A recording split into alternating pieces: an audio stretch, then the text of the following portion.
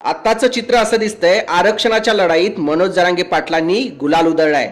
आरक्षणाच्यासाठी सरकारी अधिकारी आणि मंत्र्यांची एक कमिटी जरांगे पाटलांना आता भेटली आणि त्यामध्ये सरकारने तयार केलेला मसुदा जरांगे पाटलांनी सर्वांच्या समोर, म्हणजे एकमेव असे नेते आहेत जरांगे पाटील की जे माईक आणि कॅमेरा यांच्या समोर बोलणी करून त्यांनी त्याची मान्यता दिलेली आहे आणि आता अधिकारी जी.आर. करण्यासाठी रवाना झाले आहेत।